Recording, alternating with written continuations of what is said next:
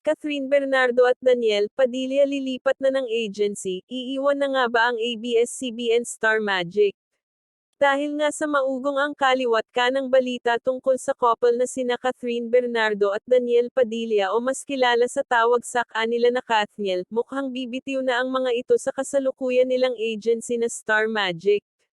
Ayon sa isang source, hindi pa pala nagre-reno ng kontrata ang Kathniel sa ABS-CBN, napag-alaman na nag-expired na daw ngayong taon ang kontrata ng dalawa, pero patuloy pa rin sila sa kapamilya.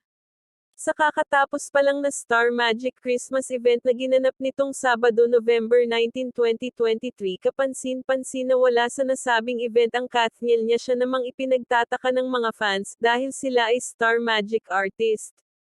Marami din ang nakapapansin na sa mga nakalipas na mga pagtitipon ng mga kapamilya artist ay palaging absent ang dalawa.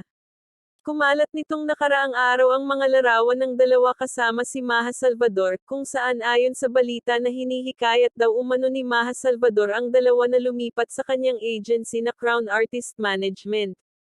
Magkakasamang nagbakasyon umano ito sa Switzerland at doon ay inifer umano ang dalawa na lumipat sa kanilang artist agency na Crown Artist Management, since expired naman na daw ang kontrata ng dalawa sa ABS-CBN at Star Magic.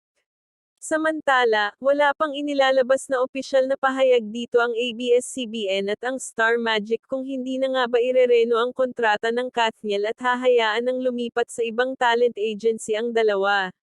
Sa ngayon ay nakaantabay pa rin ang mga netizens lalong-lalo na ang mga fans ng Kathniel sa kung ano nga ba ang kasalukuyang nangyayari sa relasyon ng dalawa.